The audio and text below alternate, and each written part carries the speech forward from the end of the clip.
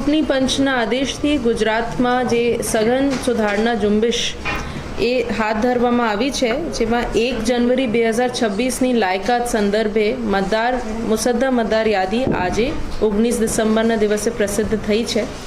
અરવલ્લી જિલ્લામાં પણ એ કામગીરી રહી છે. એમાં એન્યુમરેશન ફોર્મ, જે ગણતરી ફોર્મ આપણે 14 ડિસેમ્બર સુધી પૂરા કરી લીધા હતા, જેમાં 100% ફોર્મ્સને ડિજિટાઇઝેશન એ કરવામાં આવ્યું.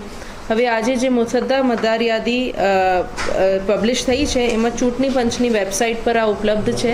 જિલ્લા ચૂંટણી અધિકારી, મતદાર નોંધણી અધિકારી, મદદનીશ મતદાર નોંધણી અધિકારીઓ શ્રીની કચેરીમાં પણ આ પબ્લિશ રહેશે. એમાં નોંધપાત્ર આંકડાઓ જે છે, આપણે જિલ્લામાં 72,738 એટલે આપણે જિલ્લામાં અત્યારે જે મતદાર યાદીમાં મતદારોમાંથી 8.47% મતદારો અનકલેક્ટેબલ કેટેગરીમાં આવેલા છે. અનકલેક્ટેબલ એટલે જે મતદાર મરણ પામેલ છે 27,133, 35,833 સ્થાનાંતર થયેલા, ડુપ્લિકેટ જેમનું નામ છે એ 5,317, 4,142 ગેરહાજર મતદારો અને 1,313 અન્ય કેટેગરીમાં એવા અનકલેક્ટેબલ 72,000 જેટલા મતદારોનું નામ એમાંથી કમી થયું છે. હવે આજથી જે ફેઝ ચાલુ થાય છે, એમાં ક્લેમ્સ એન્ડ ઓબ્જેક્શન્સ પીરિયડ છે. એટલે એમાં કોઈ વાંધા સૂચન રજૂ કરવા હોય મતદારોને, તો એ મતદાર નોંધણી અધિકારી, મદદનીશ મતદાર નોંધણી અધિકારીની કચેરીમાં રજૂ કરી શકે છે 18 જનવરી 2026 સુધી. 19 જનવરી 2026થી અને